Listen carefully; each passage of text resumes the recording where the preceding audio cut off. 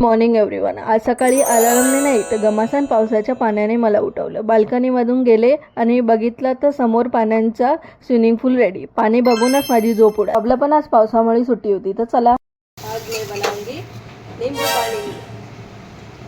फटाफट 4-5 लिंबू घेऊन कट केले. लिंबू पिळता पिळता 1 सेकंडसाठी वाटलं बस आता लिंबू पाणीची टपरी चालू करायची.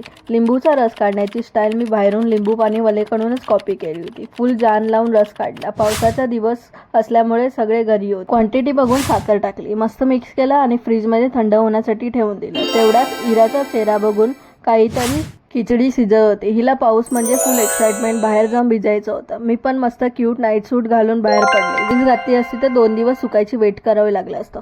खाली गेलो तर पहिल्यांदा वाटलं अरे काही पाणी नाहीये, पण 2 पावलं पुढे गेला भाई साहब पूर्ण बिल्डिंगमध्ये पाणी घुसलं होतं. मजेदार गोष्ट म्हणजे हे फक्त वसई विरारमध्येच बघायला मिळू शकतं. लोकांनी तर फ्रीजचा वॉटर पार्क समजून घेतला. टायटॅनिक स्टाईल बोट घेऊन लोकांनी फुल मस्त एन्जॉय करत होते. हे सगळं मी इराला पण दाखवलं. तिने पहिल्यांदाच हे सीन बघितला होता, पण ती पावसात मस्त एन्जॉय करत होती.